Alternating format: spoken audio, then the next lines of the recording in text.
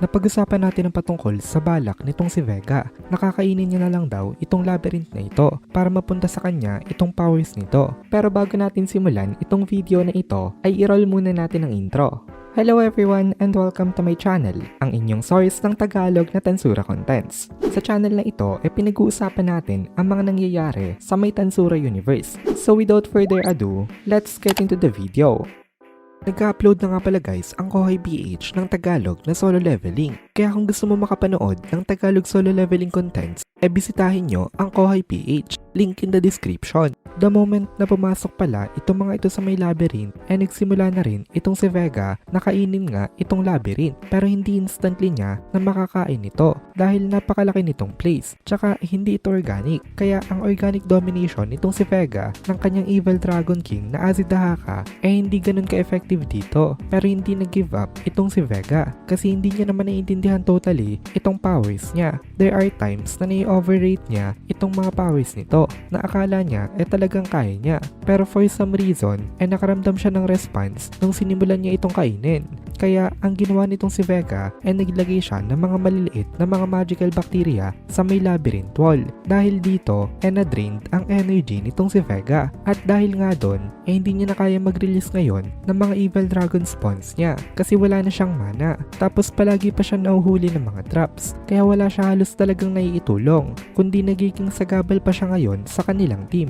Ngayon pinapanood itong mga ito ng mga nakabantay sa may labyrinth. Ito ang group nitong sila Benimaru. Naniniwala itong sila Benimaru na babalik itong kanilang lord na si Rimuru. Kaya poprotektahan nila itong labyrinth na ito at all cost. Sa control room na located sa may lowest level ng labyrinth merong isang malaking monitor. Ito ay nakadikit sa may wall. At sa monitor na ito nakikita nila ang situation nitong sila Vega at ng kanyang mga kasama. Tutok na tutok itong sila Benimaru at Ramirez sa may screen na ito. Andito rin ang mga dryads. Itong sila Trini at ang mga kapatid niya. Itong mga ito pala ang nag-activate ng mga traps kung bakit nahihirapan itong sila Dino. Sila rin ang nag-gather ng data patungkol sa presence ng kanilang mga kalaban.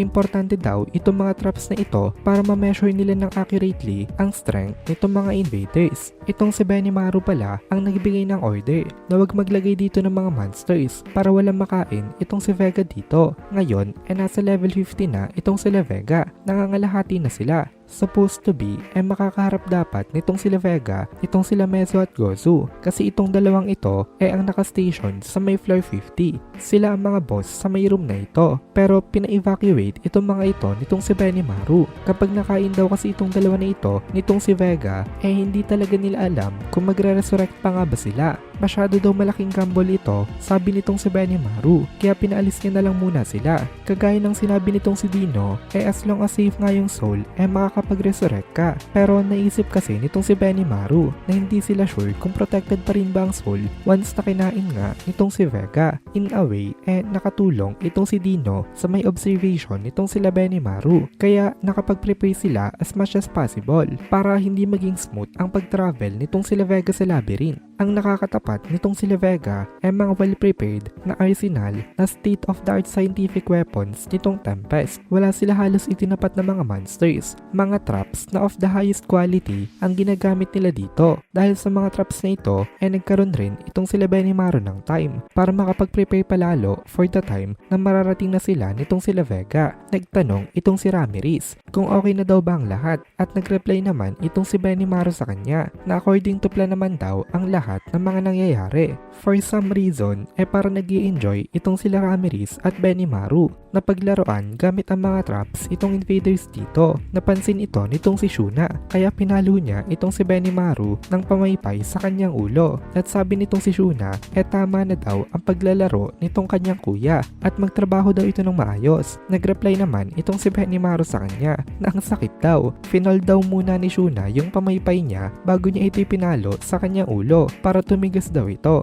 Wala daw bang kindness na nararamdaman itong si Shuna para sa kanyang kuya. Pero ang nag-reply dito ay itong si Beretta. Sabi ni Beretta, tama daw itong si Shuna sama. Hindi daw time ng paglalaro ngayon. Kasi ito daw time of emergency. Kapag hindi daw itinigil nitong sila Benimaru sama ang paglalaro nga nila, ire-report niya daw ito kay Rimuru sama once na nakabalik na ito dito. Dahil dito nagpanik itong si Ramirez. Pati itong si Zoe pinagsabihan din itong si Benimaru na wag nga daw maglaro ito. Ito daw ay isang battle. Kapag hindi daw sila nag-focus, malaki daw ang magiging balik sa kanila nun. Hindi daw nila afford na magpatalo sa may laban na ito. Sabi naman ni Benimaru, naiintindihan niya naman daw. Pero kailangan din daw kasi na mag-relax ng isang commander. Tinugunan naman ito nitong si Ramirez na oo nga naman daw. Gusto daw kasi nila na pagaanin ang pakiramdam ng bawat isa na naandito. Kaya medyo goofy daw sila kanina. Dito na-realize nitong si Benimaru na mahirap daw palang kayahin itong si Rimuru sama. Kasi sa tuwing meron nga emergency na ganito, nai-calm down nitong si Rimuru ang kanilang mga kasama sa pamamagitan ng kanyang aloof na attitude.